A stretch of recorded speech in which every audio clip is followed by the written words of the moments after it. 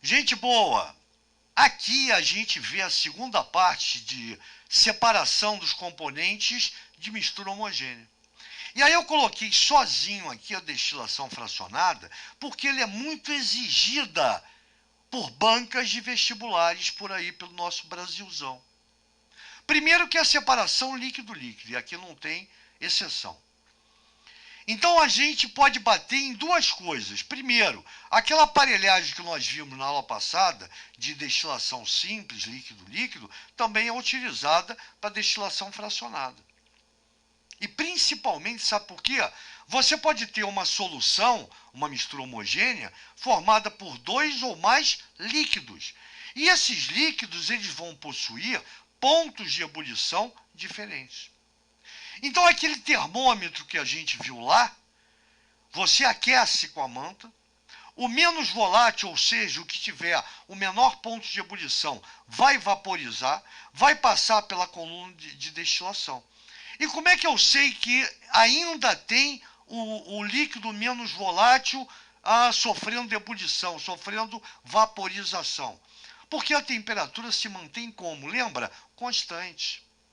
Porque quem está vaporizando é uma substância pura.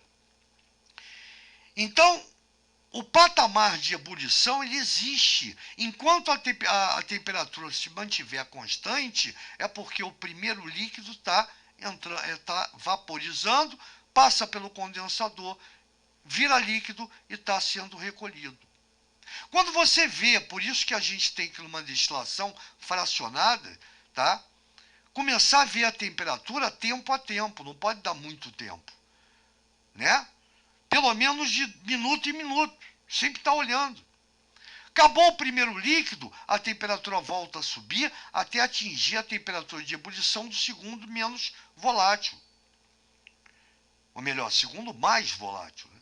Ele vai entrar em ebulição. Como é que eu sei que ele está entrando em ebulição? Temperatura constante. Enquanto ele estiver vaporizando, existir, está a temperatura constante. Acabou, voltou a subir a temperatura, eu já sei que acabou e vai vir um outro. E assim sucessivamente. O nosso petróleo, que é retirado tanto da terra quanto do mar, no pós-sal e no pré-sal, ele não vem puro, ele sai junto com a água do mar, ele sai junto com areia, ele sai junto com barro, argila. A água do mar, já que o petróleo tem uma densidade menor do que a da água, é retirada por decantação, que a gente viu lá em separação de mistura heterogênea. Tanto a areia quanto a argila são retiradas, eliminadas do petróleo através da filtração.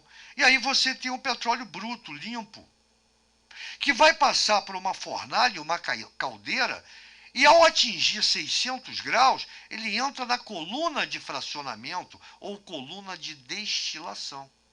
Nota que a parte menos densa, ela sobe aqui, ó, gás, a 40 graus começa a destilar.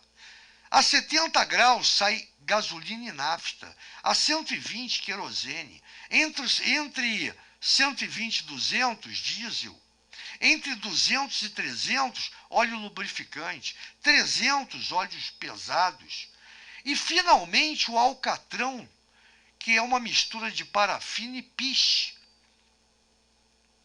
E esse piche nada mais é do que o nosso asfalto, é o lixo do petróleo.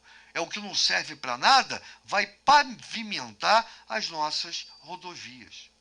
E aqui do lado eu coloco o número de carbonos de cada componente do petróleo. O gás de cozinha, 4, de 1 a 4, né? Que tem metano, etano, propano, butano, tem uma mistura de gases. A nafta 8, gasolina 8, querosene 12, diesel 16, óleo lubrificante 36, óleos pesados 44 e nossa mistura, tá? 80 átomos de carbono.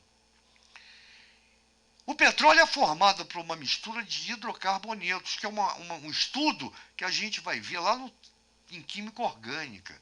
Não é para agora. Tudo isso aqui são hidrocarbonetos, substâncias formadas por carbono e hidrogênio.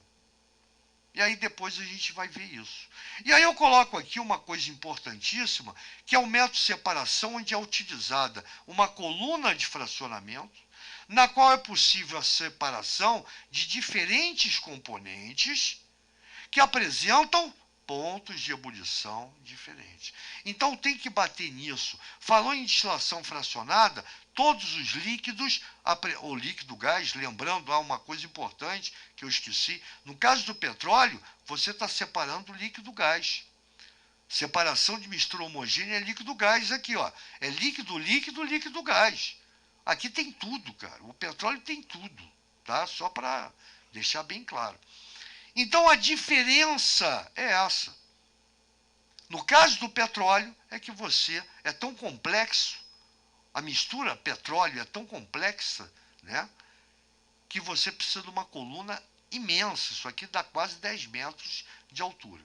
Tranquilo, gente boa? Então na próxima página a gente continua. Isso aqui, mais uma vez, é fundamental você se ligar nisso, porque o petróleo, destilação fracionada, esse nome ligado ao petróleo é exigido demais por todas as faculdades do nosso Brasil. Valeu, até a próxima, grande abraço.